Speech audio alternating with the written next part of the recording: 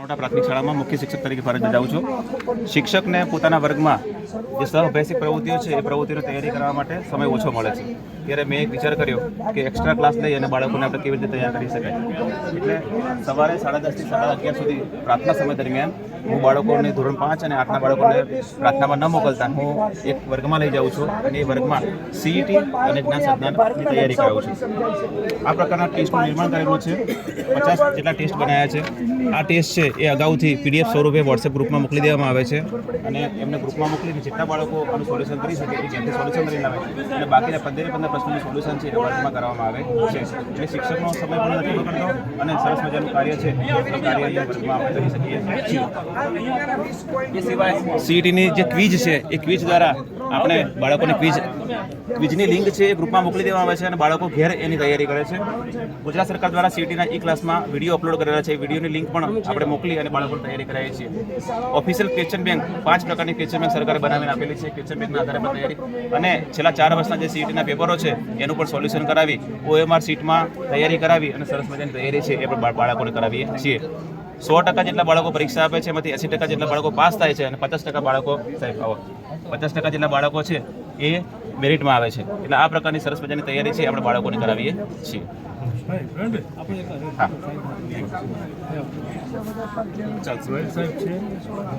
ચાલો એ જ રીતે જ્ઞાન સાધના માટે અલગ અલગ પ્રકારના ટેસ્ટ બનાવેલા છે. એ ટેસ્ટ જવાબ સાથેના અને જવાબ વગરના પણ ટેસ્ટ બનાવેલા છે. દરેક ટેસ્ટ છે બાળકને મૂકવામાં આવે છે અને મૂક્યા પછી એ ટેસ્ટનું સોલ્યુશન આપણે સ્કૂલમાં કરવામાં આવે છે. આ પ્રકારના ટેસ્ટનું નિર્માણ અત્યારે ચાલુ છે. અત્યારે 10 પ્રકારના ટેસ્ટ બન્યા છે. તમે જોઈ શકો છો 10 સુધીના ટેસ્ટ બન્યા છે. રોજે રોજના આવા ટેસ્ટ નવા નિર્માણ થાય છે અને નિર્માણ થઈ અને બાળકોને આપણે કસોટી લેવામાં આવે છે અને આ રીતે બાળકોની સરસ મજાની તૈયારી કરવામાં આવે છે. અહીંયા ક્વિઝ છે જે સીઈટીની ક્વિઝ છે એ ક્વિઝની લિંક છે એ એડવાન્સમાં બાળકોને ગ્રુપમાં મૂકી દેવામાં આવે છે અને 82 પ્રકારની ક્વિઝ છે.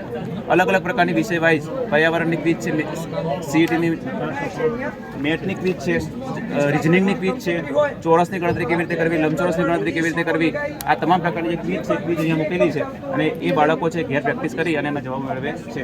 એ જ રીતે રોજે રોજના સીઈટીના ગુજરાતી ક્લાસના અંદર વિડીયો સરકાર દ્વારા અપલોડ કરવામાં આવેલા છે. એ વિડીયોના આધારે સરસ મજાની તૈયારી છે એ બાળકો કરી રહ્યા છે. સીઈટીની જે ક્વેશ્ચન બેંક છે એ ક્વેશ્ચન બેંક આપણે જે સરકારે ઉપલબ્ધ કરે છે એ ક્વેશ્ચન બેંકની પીડીએફ સ્વરૂપે બાળકોના ગ્રુપમાં આપણે મૂકેલી છે અને એ પીડીએફના આધારે છે બાળકો સરસ મજાની તૈયારી કરે છે. અને સીઈટીના જૂના પ્રશ્નપત્રો છે એ પ્રશ્નપત્રો સાથે OMR દરેક OMRની પ્રિન્ટ કરી અને બાળકોને આપવામાં આવે છે અને એ OMRની પ્રેક્ટિસ OMR કેવી રીતે ભરવી ત્યાંથી લઈ અને OMRનું મૂલ્યાંકન કેવી રીતે કરવું પરીક્ષા પૂર્ણ થાય ત્યાં સુધી હમણાં 31 તારીખે પરીક્ષા પૂર્ણ થઈ ત્યાં સુધીની જે આપણે તૈયારી છે એ બાળકો તૈયારી કરાવી છે. તો આ રીતે શાળામાં સરસ મજાનું આપણે કામ કરીએ છીએ અને બાળકો સીઈટી અને જ્ઞાન સાધનામાં સરસ પરિણામ મેળવે એ પ્રકારની તૈયારી કરાવીએ છીએ. ગયા વર્ષે પણ 100% જેટલા બાળકોએ સીઈટી અને જ્ઞાન સાધનાની પરીક્ષા આપી હતી અને એમાંથી 80% જેટલા બાળકો પાસ થયા હતા અને 50% બાળકો મેરિટમાં આવેલા છે.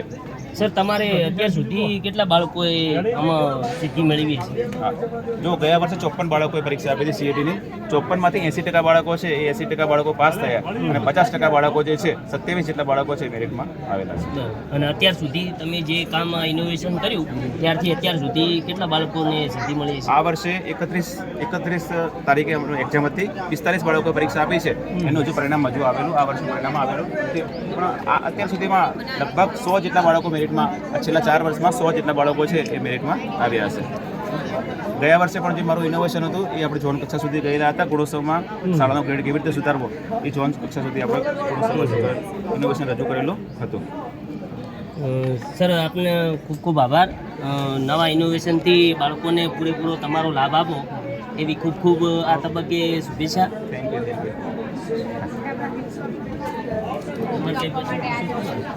હા લઈ લો. હા આ પહેલું રહી ને